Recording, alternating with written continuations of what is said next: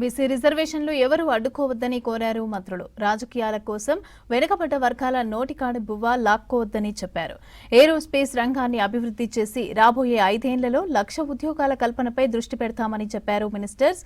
ఇటు యూరియా కష్టాలు తీరనున్నాయి. వచ్చే సీజన్ కి ఈ కష్టాలు ఉండవని అన్నారు. ఈ నెలలో రాష్ట్రానికి యూరియా సరఫరా గత నెలల కంటే మెరుగ్గా రావడం రైతులకు ఎంతో ఊరట కలిగించిందన్నారు వ్యవసాయ శాఖ మంత్రి తుమ్మల నాగేశ్వరరావు. ఈ ఏడాది ఏప్రిల్ నుంచి సెప్టెంబర్ వరకు రాష్ట్రానికి 7,88,000 మెట్రిక్ టన్నుల యూరియా వచ్చిందని, ఈ నెలలోనే 1,84,000 మెట్రిక్ టన్నుల యూరియా సరఫరా అయ్యిందన్నారు. గత నెలలో తక్కువగా సరఫరా కావడం వల్ల రైతులు ఇబ్బందులు ఎదుర్కొన్నారని, ఈ విషయాన్ని కేంద్రం దృష్టికి పదే పదే తీసుకెళ్లడంతో ఈ నెలలో అదనంగా యూరియా సరఫరా జరిగిందన్నారు. రానున్న రబీ సీజన్ను దృష్టిలో ఉంచుకుని సరిపడా యూరియా అందించాలని కేంద్రాన్ని కోరామన్నారు మంత్రి. ఏరోస్పేస్ పరిశ్రమల ప్రతినిధులతో మంత్రి శ్రీధర్ బాబు భేటీ అయ్యారు. ఏరోస్పేస్ రంగ అభివృద్ధిపై మేధోమథనం నిర్వహించారు. రాబోయే 5 ఏళ్లలో ఏరోస్పేస్ లో 1,00,000 కోట్ల పెట్టుబడులు ఆకర్షించేలా ప్రణాళికలు వేయాలని అధికారులకు శ్రీధర్ బాబు ఆదేశించారు. ప్రత్యేకంగా 1,00,000 మందికి, పరోక్షంగా 1,50,000 మందికి ఏరోస్పేస్ రంగంలో ఉపాధి కల్పించేలా చూస్తామన్నారు శ్రీధర్ బాబు. పారిశ్రామిక అభివృద్ధికి అధికారులు, పారిశ్రామికవేత్తలతో ప్రత్యేక టాస్క్ ఫోర్స్ ఏర్పాటు చేస్తామన్నారు. రాష్ట్రంలోని ఐటీఐలు, పాలిటెక్నిక్ కాలేజీలను దత్తత తీసుకోవాలని పారిశ్రామికవేత్తలకు సూచించారు శ్రీధర్ బాబు.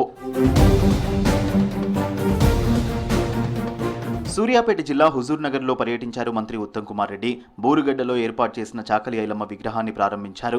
చాకలి ఐలమ్మ లాంటి పోరాట యోధురాలి విగ్రహం ఆవిష్కరించడం సంతోషంగా ఉందన్నారు మంత్రి ఉత్తమ్. రాష్ట్రంలో సామాజిక న్యాయానికి కాంగ్రెస్ కట్టుబడి ఉందని చెప్పారు. స్థానిక సంస్థల ఎన్నికల్లో బీసీలకు 42% రిజర్వేషన్లు ఇచ్చి తీరుతామన్నారు ఉత్తమ్. బీసీలకి ఇప్పుడుండే 27% నుంచి పెంచి స్థానిక సంస్థల్లో 42% ఇస్తామని ఇచ్చే హామీ మేరకు ఇప్పుడు ముందుకు పోతున్నాము. స్థానిక సంస్థ ఎన్నికల్లో బీసీలకు 42% రిజర్వేషను, ఎస్సీ ఎస్టీలకి కలిపి 27%, 69% రిజర్వేషన్స్తో ముందుకు పోయే మరి ఆలోచనలో కాంగ్రెస్ పార్టీ, కాంగ్రెస్ ప్రభుత్వం ఉంది. రాష్ట్రంలో మహిళా కాంగ్రెస్ ను మరింత బలోపేతం చేస్తామన్నారు మంత్రి సీతక్క. అభయహస్తం నిధులను గత ప్రభుత్వం కాజేసిందని ఆరోపించారు. గాంధీ భవన్ లో ఏర్పాటు చేసిన మహిళా కాంగ్రెస్ సమావేశానికి సీతక్క చీఫ్ గెస్ట్ గా హాజరయ్యారు.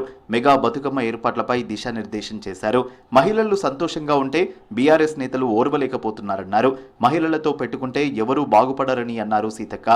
27,000 కోట్లకు పైగా మహిళలకు మరి వడ్డీ లేని రుణాలు ఇవ్వడంతో పాటు వారిని ఆర్థికవేత్తలుగా, బిజినెస్ పర్సన్స్గా తయారు చేస్తూ ఎక్కడికక్కడ ట్రైనింగ్స్ కూడా ఇవ్వడం జరుగుతూ ఉంది. సీఎం రేవంత్ రెడ్డి గారు మహిళలను సంఘాలలో చేరండి, 1 కోటి మంది మహిళలను సంఘాలలో చేర్పించాలి, తద్వారా వాళ్ళను కోటీశ్వరులను చేయాలనేటువంటి సంకల్పంతో ముందుకెళ్తున్నారు.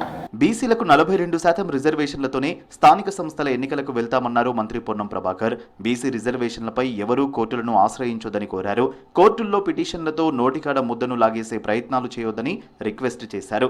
బీసీల 42% రిజర్వేషన్లతో మిగతా కులాల రిజర్వేషన్కు ఎలాంటి ఢోకా ఉండదన్నారు. రిజర్వేషన్లు కాపాడుకునే బాధ్యత బీసీలందరిపైన ఉందన్నారు మంత్రి పొన్నం. హైదరాబాద్ రవీంద్ర భారతిలో జరిగిన వీరనారి చాకలి ఐలమ్మ 130వ జయంతి వేడుకలకు చీఫ్ గెస్ట్ గా హాజరయ్యారు మంత్రి పొన్నం ప్రభాకర్. బీసీలకు 42% రిజర్వేషన్ ఇవ్వడాన్ని ముందుగానే ఇంకా జీవో రాకముందే కోర్టుకు పోయినారు. దయచేసి ఆలోచించండి, గుర్తుంచుకోండి. రిజర్వేషన్లు స్థానిక సంస్థలకు సంబంధించినటువంటి ఎన్నికలకు 42% పోవడానికి ప్రభుత్వం నిర్ణయం తీసుకుంది. అవి ఇచ్చిన తర్వాత ఎవరైనా అడ్డం వస్తే కాపాడుకునే బాధ్యతలు చెప్పిన జాతీయ సినిమా పేరుతో సహా ఇది మనందరి బాధ్యత, ఎవరికైనా కాదు.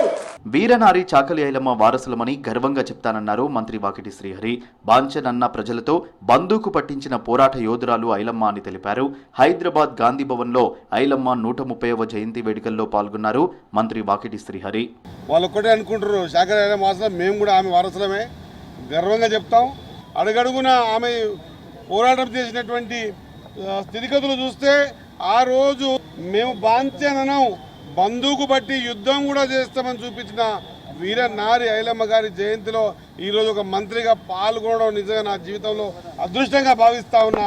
జగిత్యాల జిల్లా మల్లాపూర్ మండలం ముత్యంపేటలో ప్రభుత్వ విప్ ఆది శ్రీనివాస్తో కలిసి పర్యటించారు మంత్రి అడ్లూరి లక్ష్మణ్. చక్కెర కర్మాగారాన్ని పరిశీలించారు.